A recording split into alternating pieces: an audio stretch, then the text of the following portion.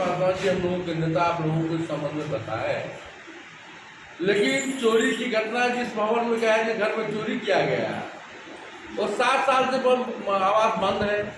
वह जो गोस्वामी है, जो घर का मालिक है, वो किसी मामले में 7 साल से फरार है। तो सिर्फ दलित समाज को पीटने की नियत से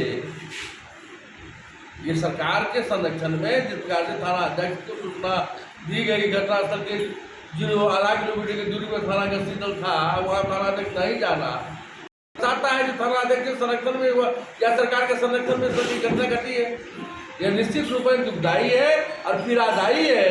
और यदि चोरी किया मामला तो वहाँ थाना को खबर करना चाहिए, थाना को हैंडओवर करना चाहिए। लेकिन इस राज्य में दलित का बेटा होना अपराध है। नीतीश सरकार को ये बताना चाहिए, तेजस्वी को ये बताना चाहिए। जिस प्रकार से आज बदलापुर में गोस्वामी के घर में डाका डाला गया है, SC SSB को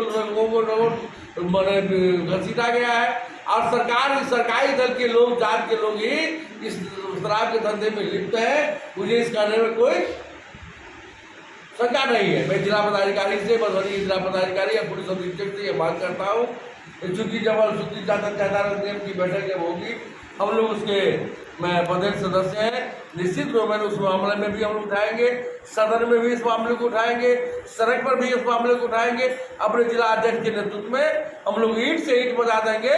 सरकार की मंसूबा यदि दलितों को कुचलने की है तो भारतीय जनता पार्टी ने ये ठाना है, तो एक अपराधी कहीं भी होंगे उसे बिल से निकाल करके स्पीड टायर लगा करके सजा जब तक नहीं होगी, हम लोग हर स्तर की लड़ाई लड़ेंगे। आज के अवसर पर इतना ही मुझे कहा।